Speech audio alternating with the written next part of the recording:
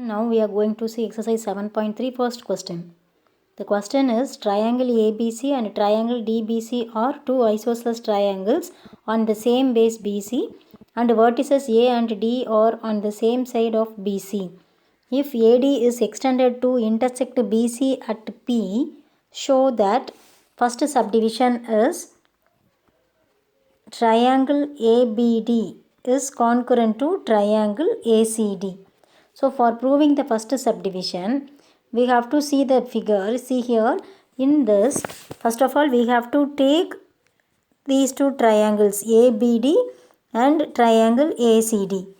Here, they have given ABC and DBC are isosceles triangles. Isosceles triangles means two sides are equal. So AB and AC are equal. This is given.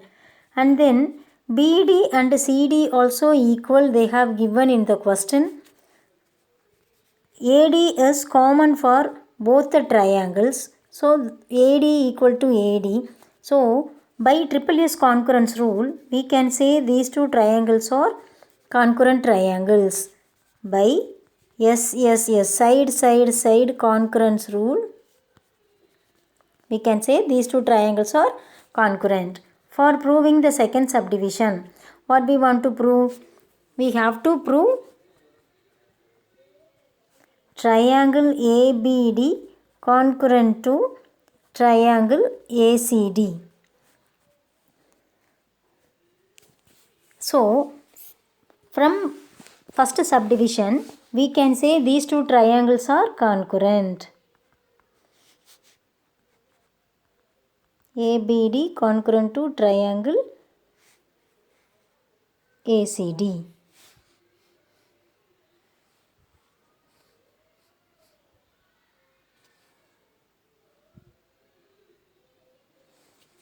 So, by CPCT, angle BAD equal to angle CAD because corresponding parts of the concurrent triangles are equal.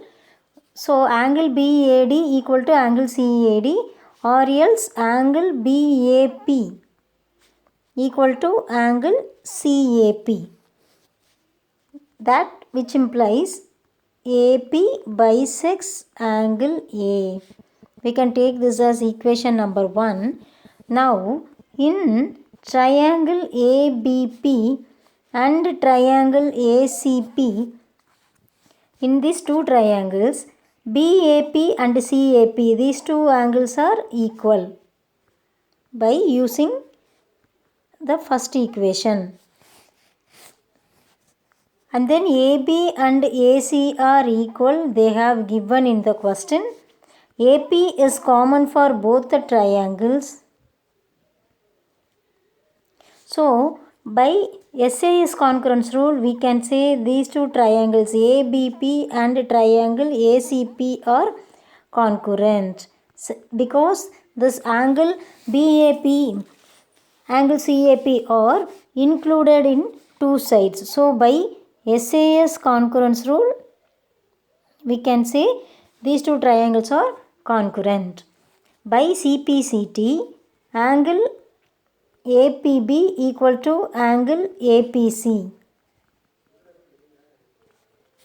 Because corresponding parts of the concurrent triangles are equal, therefore BP equal to CP. We can take this as equation number 2. Third subdivision, we have to prove AP bisects angle A as well as angle D. For that, first of all, we have to take two triangles. If we prove the triangle BPD and triangle CPD, if we prove these two triangles concurrent, then by CPCT, we can say the angle BDP and angle CDP are equal. So, if these two angles are equal, then AP bisects angle A, we can say. So, for that reason, we are taking these two triangles. So, here PD is common for both the triangles. BD and CD are equal. This is given in the question. By the second equation, BP equal to CP. So here three sides we have got. So the triangle BPD is concurrent to the triangle CPD by triple S concurrence rule. We can say these two triangles are concurrent. Now by CPCT, angle BDP equal to angle CDP. And then by equation number 2, BP and CP are equal.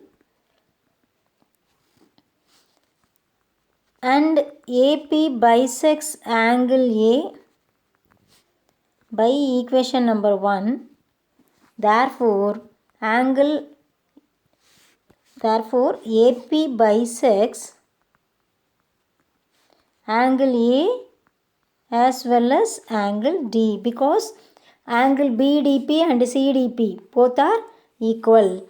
Therefore, AP bisects angle A as well as angle D. Now, fourth subdivision, we have to prove AP is perpendicular bisector of BC. So, here BC is a line. AP lie on it and makes a linear pair.